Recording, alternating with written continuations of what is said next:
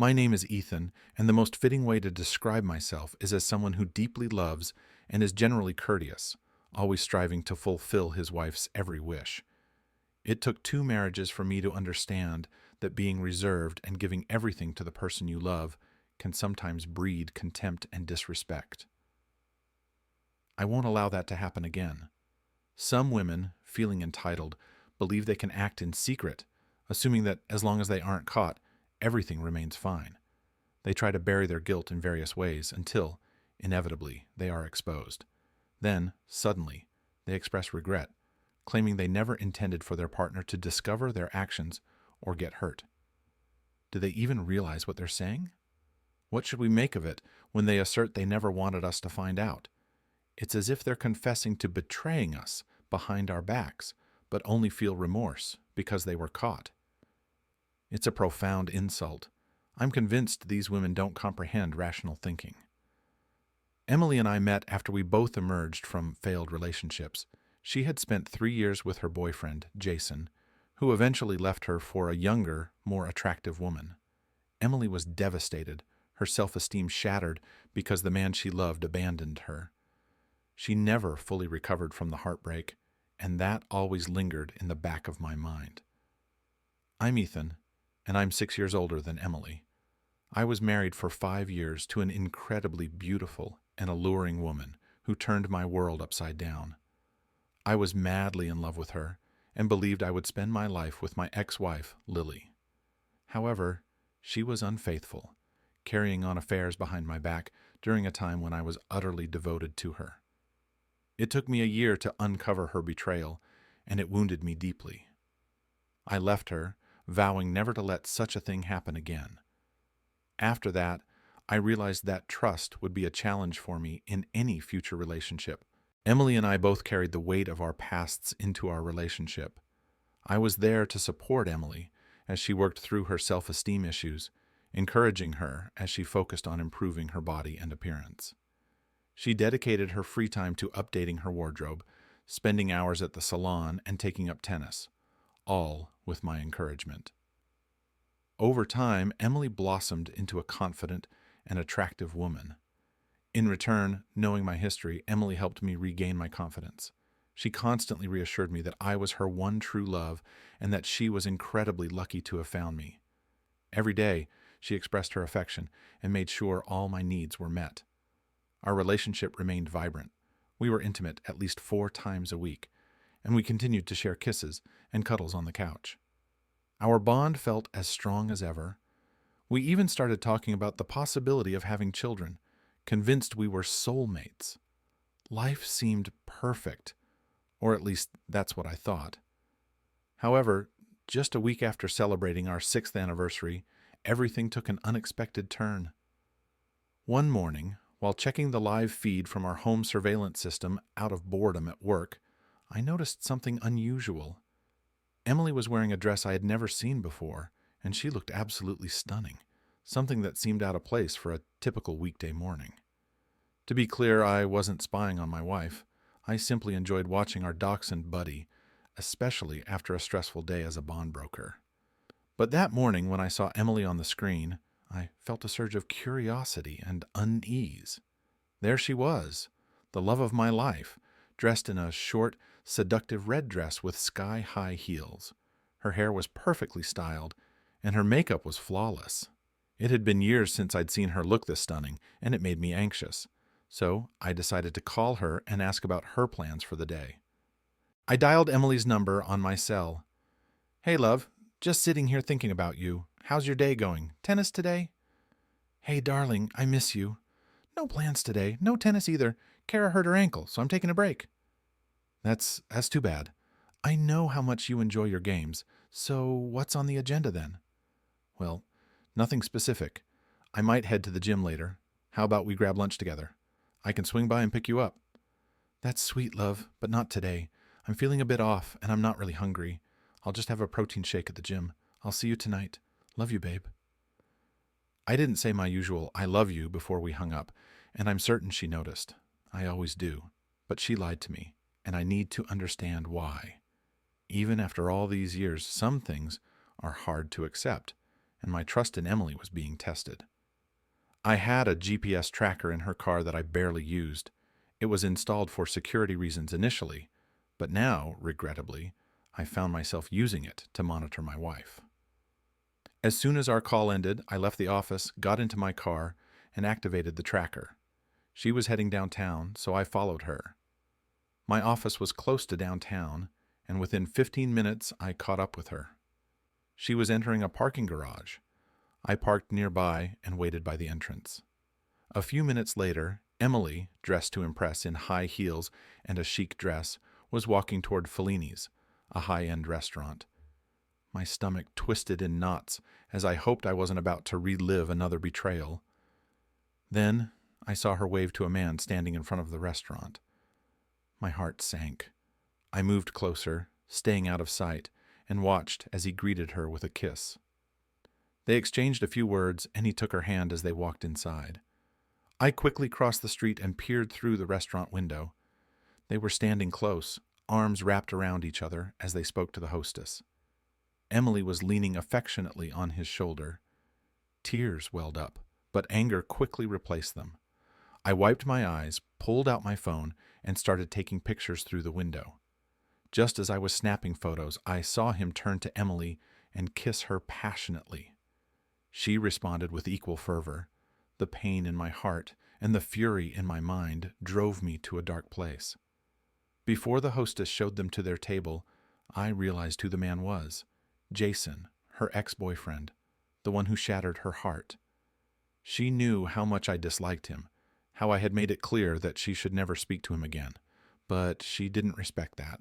My rage only intensified as I realized that within the span of just an hour, Emily had lied to me, dressed provocatively to meet her ex, shared a passionate kiss with him, and planned to spend the entire day in his company. The sheer disrespect and humiliation were beyond anything I could tolerate, and I knew I couldn't endure it any longer. The vow I had made to myself after my last marriage, to never again be patient in the face of such disrespect, resonated loudly in my mind. It was over, and the only thing left was to listen to the inevitable lies and excuses from my soon-to-be ex-wife. Still simmering with anger, I drove back to the office, trying to make sense of how I had ended up in this situation again. The rest of the day passed in a blur of work and self-reflection, the sting of betrayal fresh and raw. After 5 long hours of dwelling on what had happened, I finally headed home, already contemplating my next move. I wondered if Emily would confess to her actions or continue weaving her web of deceit, which would only make my decision easier. Despite the turmoil churning inside me, I managed to keep my anger in check as I drove home, ready to confront the inevitable end of our marriage.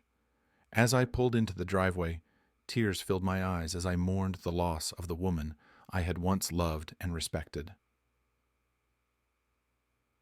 When I walked into the kitchen, Emily was setting the table for what appeared to be a lovely dinner, dressed elegantly and acting more affectionate than usual.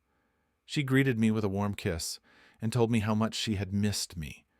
It was the classic behavior of a cheating spouse, trying to ease her guilt by showering me with more affection than she had in the past 6 months. No matter how hard I tried to act normal, the facade was slipping. Noticing my strained expression, she looked at me with concern and asked, "Honey, are you okay? Did something happen today?" I poured myself a generous glass of whiskey, forced a smile, and replied, "I'm fine. It's just been a hectic day. Let me freshen up for dinner, and I'll be down in a bit." In the privacy of our bedroom, I changed clothes and sat on the edge of the bed, sipping my drink to steady my nerves. After taking a few moments to regain my composure, I went back downstairs, where Emily was in high spirits, with dinner beautifully laid out on the table. She seemed content, almost smug, as if the day spent with her ex had been just another harmless escapade. We sat down to eat, and I decided to break the silence. "This is a lovely dinner, Emily, and you look absolutely stunning today." "Thank you. I love you too, and I really enjoy cooking for you," she responded with a contented smile. We sat in awkward silence for a few moments, eating our meal. I could see Emily glancing at me now and then, likely wondering what was on my mind. Did she feel guilty? Was she on the verge of confessing what she had done today? The answers would soon reveal themselves. So, tell me about your day. What did you get up to? I asked, trying to keep my voice calm and non-confrontational. Well, after you called, I went to the gym for a couple of hours, had a protein bar, and then came home to prepare dinner for you. It was a pretty quiet day, she replied. Her eyes met mine, but when she saw the tears welling up, she quickly looked down at her plate. In a soft voice, I continued, So, Emily, how do you think we should proceed from here? Should we start by talking to lawyers, or would you prefer to try counseling first? She seemed taken aback. What do you mean? What are you talking about? I'm talking about divorce, obviously, I answered, keeping my tone steady. Stop pretending you don't know what's going on. Her face drained of color. Divorce? I don't understand. Why do you want a divorce? Seriously, I'll give you a minute to think about that before I respond. I watched as her hands started to tremble, her fingers nervously playing with the edge of her glass. She wouldn't meet my eyes, and the silence between us grew heavy. Finally, she spoke, her voice shaky. Were you following me tonight? No, I lied, though I knew it wouldn't make much difference. Still, for some reason, I didn't want her to know the truth. Why do you ask if I was following you? Is there something I should be aware of? She was still visibly confused, her mind likely scrambling to figure out what to say. Typical behavior for someone caught in a lie: denial, confusion, and evasion. She insisted that nothing was going on and claimed she didn't understand why I was bringing up divorce. Why are you even mentioning divorce with that sad look on your face? She asked, still trying to keep up the charade. I stared into Emily's eyes, hoping she would come clean. After what felt like an eternity of silence, I finally said, All right, Emily, let me show you what's been on my mind. I unlocked my phone and showed her a picture of her and Paul kissing outside the restaurant. The photo could be brushed off as just a friendly greeting, but I wasn't ready to reveal the more damning images until I heard what she had to say. Her eyes widened and tears began to form as she started to stumble over her words. Please, honey, I can explain. It was just a hello kiss. Nothing more. How did you even get this photo? So, how's Jason these days? I replied, ignoring her question. Let me tell you how I got this picture, darling. I was coming out of a software store when I thought I saw you crossing the street, holding hands with someone. You were walking into a restaurant. At first, I couldn't believe it was you, but I followed and saw you through the window, his arm wrapped around you. My initial reaction was disbelief, thinking it couldn't be you, but it was. My next thought was, why are you dressed so provocatively? You haven't dressed like that for me in ages. And then it hit me. You were with Jason. That's when I started taking pictures, right as you leaned in to kiss him. That's how I got this one. I then showed her the next photo, where she had her arms around his neck, and her short dress had ridden up, revealing more than I ever wanted to see. You looked absolutely stunning in that dress, Emily, with your hair and makeup done perfectly. Were you heading to a modeling shoot, or maybe starting a new job? Or, can you tell me why you dressed like that for him? Because I can't remember the last time you dressed up like that for me. She covered her face with her hands, crying, while I just kept staring, waiting for her to say something. When she didn't, I continued, My new phone has an incredible camera with a zoom feature. Look, let me show you. I moved closer, zooming in on the picture where her left arm was wrapped around Paul's neck. I brought the image up to her face, focusing on her now bare ring finger. No wedding rings today. That's odd. I don't think I've ever seen you without them in all the years we've been together. Today must have been something special. Do you see now why I'm talking about divorce? You lied to me about your day this morning, took off your wedding rings, dressed provocatively to meet an old flame, and then lied to my face about it just now. You sat here, looking me in the eye, and told me you went to the gym today and had nothing for lunch. Meanwhile, you were dressed up for your ex and spent the day with him while I was working to build a better life for us. You broke the promise you made to never see him again. You kissed and flirted with another man in public, treating me like a fool, lying again and again. I don't even know if you slept with him, but honestly, it doesn't matter. Whatever you say, I can't trust it because your actions have shown me that you can't keep your promises and that you'll lie to cover things up. You dressed up for your ex, spent time with him, and removed your rings, symbolizing our marriage. Then you came back and lied to me repeatedly. To me, that's a clear reason for divorce, and I think you understand that, I said, watching as the reality of the situation began to sink in for Emily. She was visibly shaken, and it was clear she hadn't truly considered the consequences of her actions until now. The way I laid it out made her realize that she had been unfaithful in a way she hadn't acknowledged before. Up until this moment, she had seen it as harmless teasing and flirting, nothing serious. But now, for the first time since Jason had re-entered her life, she realized that their interactions had developed into an emotional connection that could easily be seen as cheating, if not physically, then emotionally. She began to cry, understanding that if the roles were reversed, she would react the same way. "What have I done?" she muttered to herself, her heart heavy with guilt. The pain she had caused me was evident, and she felt sick to her stomach. She knew she had to reach me to somehow save our marriage. "Ethan, you have to trust me. Nothing happened. We went our separate ways after dinner, but you have to believe me. It was just lunch," she pleaded through her tears, desperately searching for a way to make things right. "I understand now how it looks, and if the situation were reversed, I'd feel exactly the way you do now. I'm so sorry. Can you please try to forgive my foolishness? You lied to me about your day this morning, took off your wedding rings, dressed provocatively to meet an old flame, and then lied to my face about it just now. You sat here, looking me in the eye, and told me you went to the gym today and had nothing for lunch. Meanwhile, you were dressed up for your ex and spent the day with him while I was working to build a better life for us. You broke the promise you made to never see him again. You kissed and flirted with another man in public, treating me like a fool, lying again and again. I don't even know if you slept with him, but honestly, it doesn't matter. Whatever you say, I can't trust it because your actions have shown me that you can't keep your promises and that you'll lie to cover things up. You dressed up for your ex, spent time with him, and removed your rings, symbolizing our marriage. Then you came back and lied to me repeatedly. To me, that's a clear reason for divorce, and I think you understand that, I said, watching as the reality of the situation began to sink in for Emily.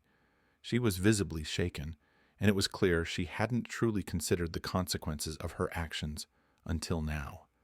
The way I laid it out made her realize that she had been unfaithful in a way she hadn't acknowledged before. Up until this moment, she had seen it as harmless teasing and flirting, nothing serious.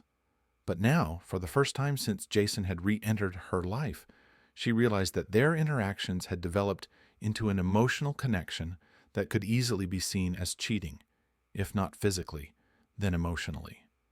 She began to cry, understanding that if the roles were reversed, she would react the same way. "What have I done?" she muttered to herself, her heart heavy with guilt. The pain she had caused me was evident, and she felt sick to her stomach. She knew she had to reach me to somehow save our marriage. "Ethan, you have to trust me. Nothing happened. We went our separate ways after dinner, but you have to believe me.